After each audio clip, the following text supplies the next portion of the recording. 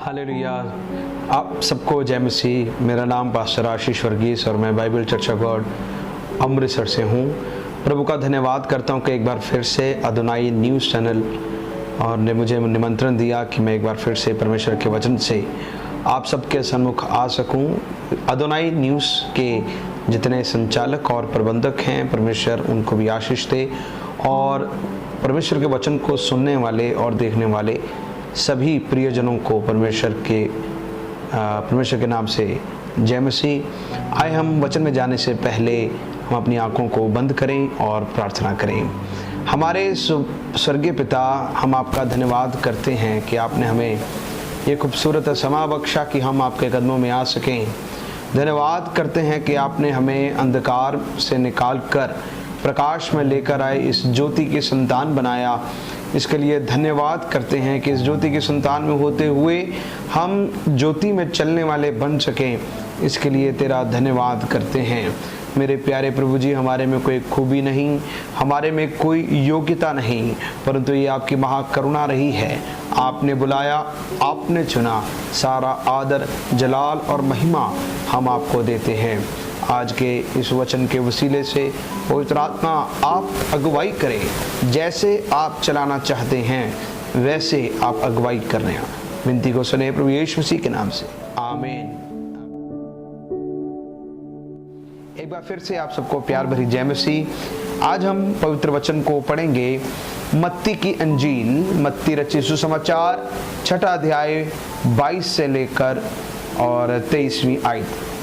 Matthew chapter 6 verse 22 and 23। शरीर का दिया आंख है, इसलिए यदि तेरी आंख निर्मल हो तो तेरा सारा शरीर भी उजियाला होगा, परंतु यदि तेरी आंख बुरी हो तो तेरा सारा शरीर भी अंधियारा होगा। इस कारण वह उजियाला जो तुझ में है यदि अंधकार हो तो वह अंधकार कैसा बड़ा होगा। परमेश्वर के वचन के सुने जाने और पढ़े जाने में आप सबको आशीष मिले।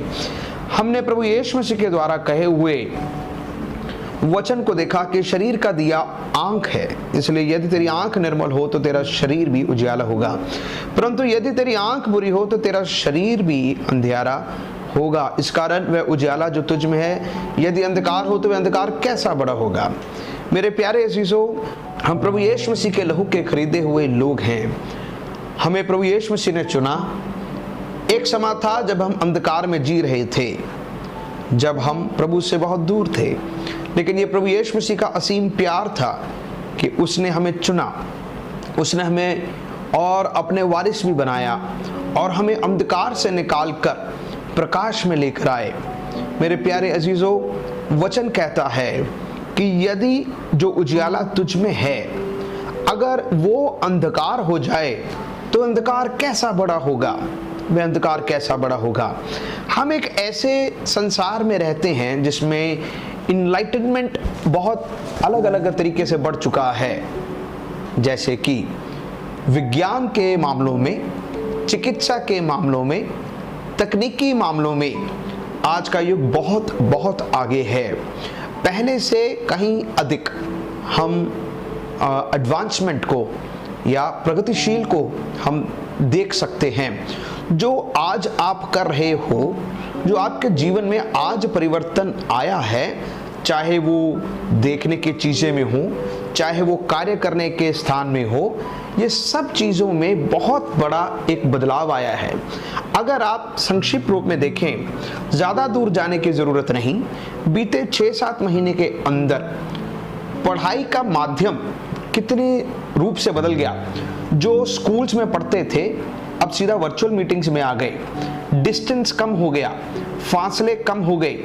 जो हम पहले सिर्फ फोन में बात करते थे, एक दूसरे को देख नहीं पाते थे, आज वीडियो कॉलिंग, वीडियो कॉन्फ्रेंसिंग के द्वारा संसार के किसी भी जगह में क्यों ना रह रहे हों, उस स्थान से आप एक दूसरे को, परिजनों को, रिश्तेदारों को, मित्रों को आप देख सकते हो। ये तकनीकी एडवांसमेंट है। दवाई के मामले में, चिकित्सा के मामले में, जब एक समय था जब कितने कितने साल लग जाते थे कि इसके एक दवाई की खोज कर सके और उसको फिर हम मार्केट में पाते थे, जब पहुंचता था आम आदमी तक बहुत साल लग जाते थे। लेकिन अब जैसे खबर आ रही है कोरोना वायरस आया, पिछले साल अंत में आया पूरे संसार में, और एक साल के अंदर अंदर बहुत सारे विश्व के लोगों में और जो देश हैं उन्होंने ये वायदा किया कि साल के अंत होते होते हम इसकी दवाई भी निकालेंगे। सो अगर हम इस तरीके से देखें तो एनलाइटमेंट बहुत है, लेकिन क्या सच में इंसान ने, मनुष्य जाति ने तरक्की पाया है? क्या सच में उन्होंने प्रकाश को पाया है? मेरे प्यारे अजीजों, मैं इस बात को समझता हूं कि नहीं, ये तकनीकी प्रगतिशील होना या विज्ञान और चिकित्सा में प्रगतिशील होना इंसान को प्रकाश की ओर नहीं और अधिक अंधकार में लेके जा रहा है। अगर कुछ एडवांटेज भी हुआ है तो डिसएडवांटेजेस भी उससे भी ज्यादा हुए हैं।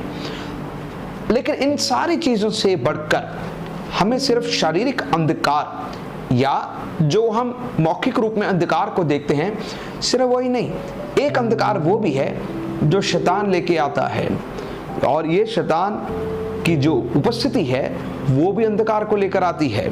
हम पवित्र वचन को देख रहे थे, ये वचन गैर कौमों के लिए नहीं, विश्वासियों के लिए कहा गया। हमने जब से सच्चाई को पाया, हमने जब से प्रकाश में आए, हमें अंधकार क्या है, प्रकाश क्या है, उसका अंतर हमें समझ आया। जब प्रकाश और अंधकार में अंतर का समझ आया, तब हम कभी भी मसीह में होते हुए पवित्र आत्मा के भरपूरी के बाद कभी भी अंधकार के कार्यों में हम चल नहीं सकते, क्योंकि वचन सिखाता है तुम्हारे मन के नए हो जाने से तुम्हारा चाल चलन भी नया हो गया। जब हम मसीह में आए, हमें प्रकाश मिला, हमारा चाल चलन भी नया हो जाता है। ये परमेश्वर का वचन, पवित्र बाइबल, प्रकाश में चलने की हिदायत, नियम, शिक्षा सब कुछ सिखाता है। ये वचन कभी पुराना नहीं हुआ, चाहे इंसान बूढ़ा हो जाता है, लेकिन परमेश्वर का वचन आज भी जीवित है। आज के युग के लिए भी परमेश्वर हमें प्रकाश देता है। आज के युग में हमें कैसे जीना चाहिए उसके बारे में पर्याप्त ज्ञान, पर्याप्त शिक्षा हमें इस पवित्र वचन में हमें मिलता है। मेरे प्यारे अजीजों, हमें परमेश्वर की उपस्थिति में रहते हुए कभी भी अंधकार की तरफ जाना नहीं चाहिए। कुछ बातें हैं जो हमें अंधकार की ओर लेके जाती है कि विश्वासी होते हुए उन बातों को सिम्टम्स की तरह समझना कि शायद ये सिम्टम होगा एक भयानक बीमारी के लिए, एक भयानक बीमारी के लिए। मेरे प्यारे अजीजों, अगर आपके जीवन में अगर ये आत्मिक सिम्टम पाए जाते हैं, आत्मिक लक्षण पाए जाते हैं जो आपको अंधकार की ओर लेके जा रहा है, तो बड़े सावधान रहें, सावधान रहें। जैसे कि पवित्र वचन में सिखाता है, पहला राजा 10 अध्याय उसका 28वें वचन में हम परमेश्वर के वचन से देखते हैं, सुलेमान बादशाह के बारे में इस प्रकार से लिखा, और जो घोड़े सुलेमान रखता था वे मिस्र से आते थे, और राजा के व्यापारी उन्हें झुंड झुंड करके ठहराए हुए दाम पर लिया करते थे। यहां पर लिखा है कि सुलेमान राजा ने मिस्र से घोड़ों को लेकर आता था, लेकिन सुलेमान राजा इस वचन को जानता था कि परमेश्वर ने व्यवस्था विवरण 17 अध्याय 14 से 20 आयत में यह कहा गया था कि मिस्र से घोड़ों को कभी मत लेकर आना और अपने लिए ज़ादी स्त्रियों को ना रखना। मेरे प्यारे अजीजों, उन समय में ना तो लिखित रूप में आम लोगों के पास ये वचन होता था, ना ही कंप्यूटर थे, ना ही नोटबुक्स थे, लेकिन एक बात जरूर थी, अगर आप 14 से 20 आयत, व्यवस्था विवरण 17 से 14 से 20 आयत में पढ़ेंगे तो राजा के लिए कुछ हिदायतें दी गई थी कि राजा इन बातों को अपने लिए रखे, उन्हें लिख ले और उन्हें स्मरण करे। जैसे कि कहा गया था कि जब भी तुम्हारे में से कोई राजा निकले, मिस्र से घोड़े मत लेना, अपने लिए ज़ादिक स्त्रियां ना रखना। मेरा अपना अनुभव ये बात को बताता है, कोई बात अगर आप मौखिक रूप में याद करते तो भूल सकते हो, लेकिन अगर कोई बातों का अगर आप लिख के याद करते हो तो बहुत देर तक याद रहती है।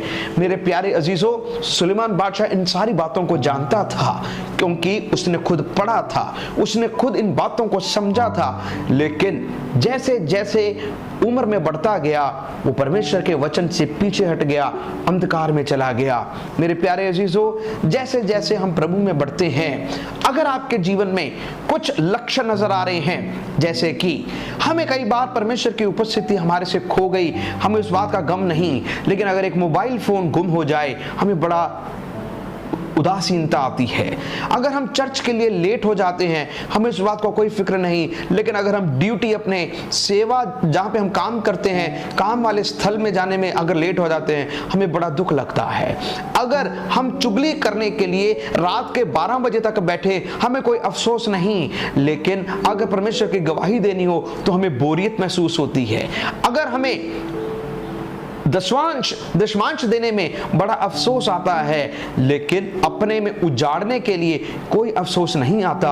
अगर हम और आप फिल्मी सितारों, अभिनेताओं के गीतों को याद कर सकते हैं, उनके नामों को याद कर सकते हैं, लेकिन प्रभु यीशु मसीह के चेलों के नाम तक याद नहीं, मसीह गीतों को याद नहीं, वचन का याद नहीं, तो मैं आपको बताऊं, ये कुछ लक्षण हैं जो आप धीरे धीरे धीरे प्रकाश को पाते हुए अंधकार में जा रहे हैं। तो मेरी आपके आगे निवेदन है, इन लक्षणों को महसूस करें, परमेश्वर की उपस्थिति को गंभीरता से लें और कहें कि नहीं, मुझे पीछे नहीं, परमेश्वर के वचन में बढ़ना है, जड़ पकड़ना है, उसमें फलवंत देना है। वचन को जानते हो, परमेश्वर के वचन को पढ़ें, परमेश्वर के आगे ज्यादा से ज्यादा प्रार्थना करें, वचन को जानते हुए पीछे की ओर मुड़ना मत, परमेश्वर को जानते हुए आगे की ओर बढ़े। परमेश्वर ने जो सच्चाई, जो प्रकाश आपको और मुझे दिया है, इसे संभाल के रखें और इसमें बढ़ते जाएं, तो परमेश्वर आपसे प्रसन्न होगा। आए हम अपनी आंखों को बंद करें। हमारे स्वर्गीय पिता, हम आपका धन्यवाद करते हैं कि आपने हमें अंधकार से